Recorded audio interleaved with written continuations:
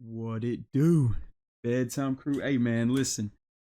Today I am here to talk about the disaster going on with UFC 303 McGregor versus Chandler. I'm going to be giving my reaction to the situation, doing a couple of McGregor impressions to cope through the pain of not getting to see one of my favorite fighters of all time potentially come back.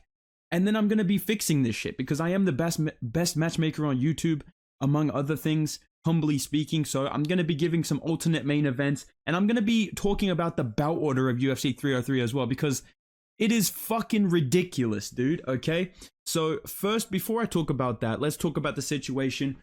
Obviously, people are worried that McGregor has pulled out of the fight because the press conference got cancelled for Dublin. We would have got a legendary fucking press conference. I'm actually heated, dude. I am fucking pissed. Because first of all, that's free content. I could have just made a video recapping that, you know what I'm saying? But second of all, it's not a good look, bro. It's getting me fucking worried, dude. And I was enjoying seeing McGregor in the club on Instagram, you know what I'm saying? I wasn't worried about that shit. I thought bro was just Ryan Garcia maxing.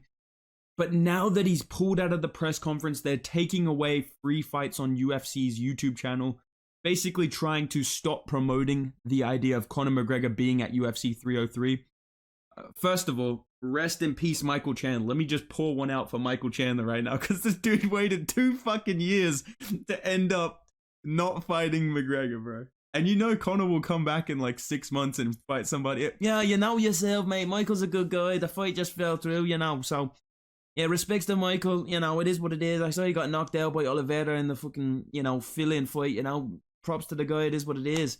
We would have had a good fight, but, you know, he's not on my level, so I'm on to bigger and better things now.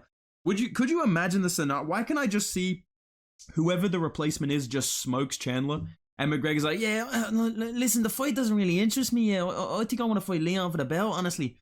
I can just see this guy just coming back and getting a title shot. Bro, regardless of what's going on with Conor, I saw some people saying, bro, overdosed. Chill the fuck out. It's not that deep.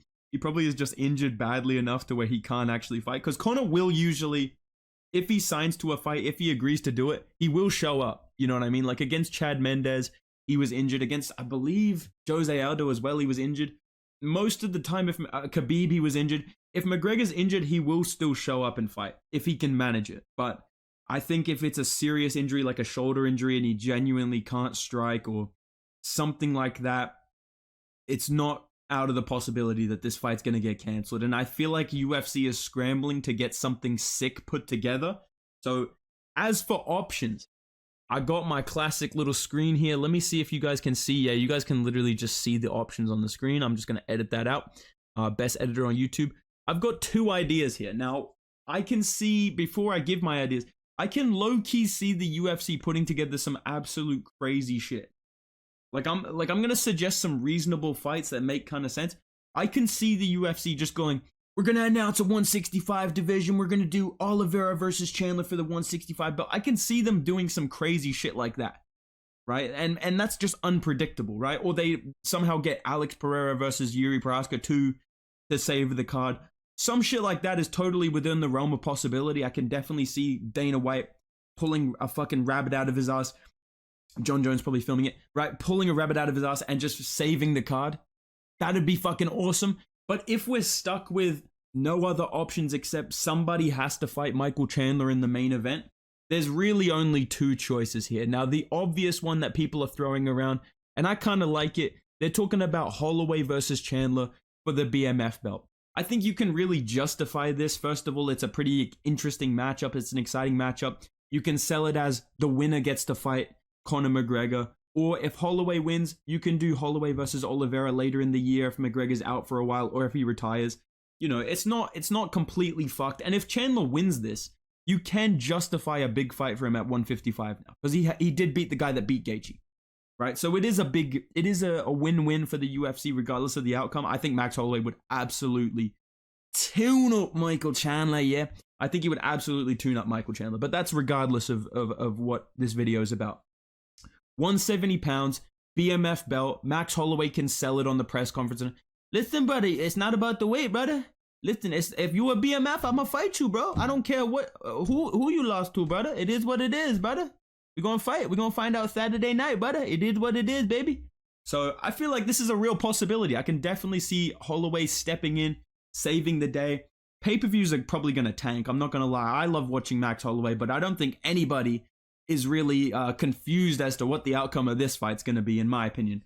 So if I'm going to throw in a wild card, maybe Max Holloway doesn't want to do it at 170. They can't agree on a weight. I can't see that happening, to be honest. But if somehow they can't get Holloway to do it, hear me out on this one. Now, this is fucking crazy. This is like the exact point in my video where you're either in it for the long haul or you're clicking off because you're mad. You know what I'm saying? This is where we make or break real bedtime fans around here, dude. Hear me out, bro. Covington versus Chandler, 170. Hear me out. Hold on a second. Hold on. Would this not be the most hilarious fucking outcome there is? Imagine Ian Gary at the press conference when he realizes that Colby Covington is headlining the biggest gate in the UFC on short notice, and he's getting a free win, basically. This is actually an interesting matchup, too. I'm not going to lie. The way that Colby fought in his last fight, I'm picking a lot of people to beat this guy, bro. And I love Colby Covington. I'm a huge Colby Covington fan in terms of his fighting style and his dog when he fights, you know what I mean? And he does have funny moments. I think this would be a hilarious press conference.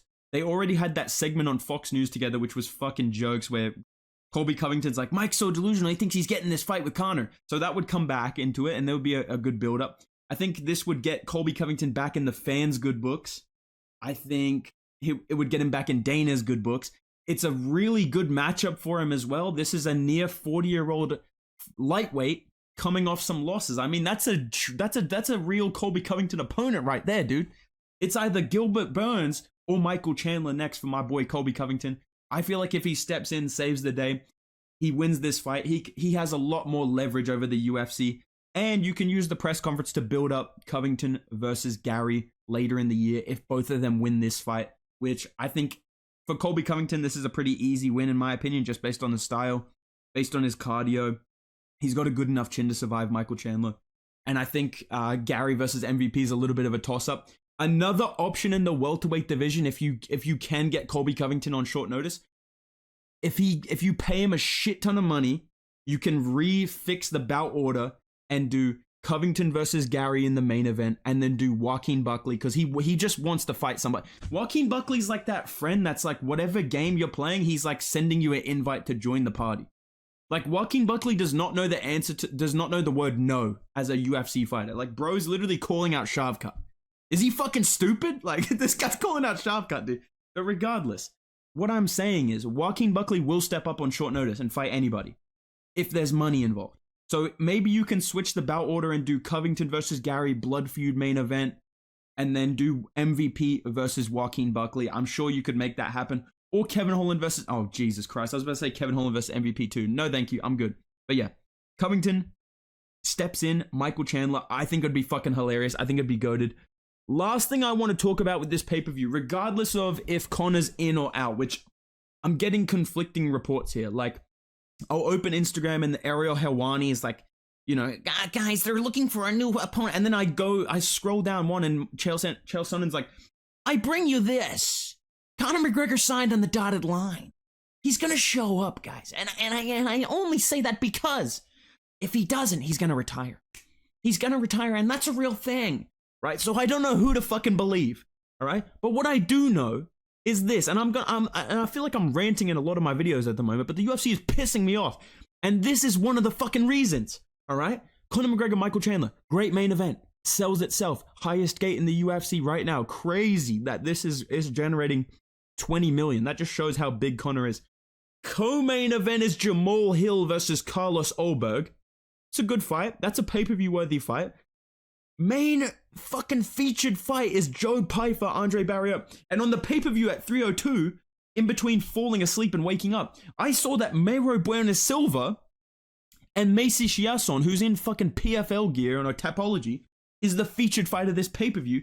And Ian Gary and Michael Venom Page is opening the main card. Now listen, do I like Ian Gary? Absolutely not. But this is what the bout order should fucking be. Main event, Conor McGregor, Michael Chandler. You know yourself, yeah, the biggest fucking don in the game, mate. This is the biggest comeback of all time, lad.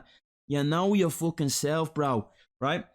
Co-main event should be, without a doubt, Ian Gary versus Michael Venom Page. That is the second biggest fight on this card that anybody gives a fuck about. Featured fight, Jamal Hill, Carlos Ulberg. You got knocked out by Pereira in 2 minutes. Nobody's going, oh my god, Jamal Hill's on the pay-per-view. Oh my god, let me buy it. He should be featured fight. Ulberg and Hill is featured fight material. It will probably end in the first round, right? Ian Gary, Michael Venom Page needs to be the co-main event. They're the two second biggest names on this card. Then, second fight on the pay-per-view should be Joe Pyfer versus Marc-Andre Barriault. I actually think that's going to be a good matchup. And Joe Pyfer, obviously, Lucas Tracy victim. This guy's getting bullied online by Lucas Glazy. That couldn't be me, dude. That's why Lucas Tracy doesn't say my name, because he knows what would happen if he tried to bully me like he's bullying Joe Pyfer. And then opening the main card, I'm gonna say this shit, dude. It should be fucking Peyton Talbot, bro. Hear me out, bro. Hear me out. I know he's really far down. All right, Martin Boudet, Shamil Ghazi.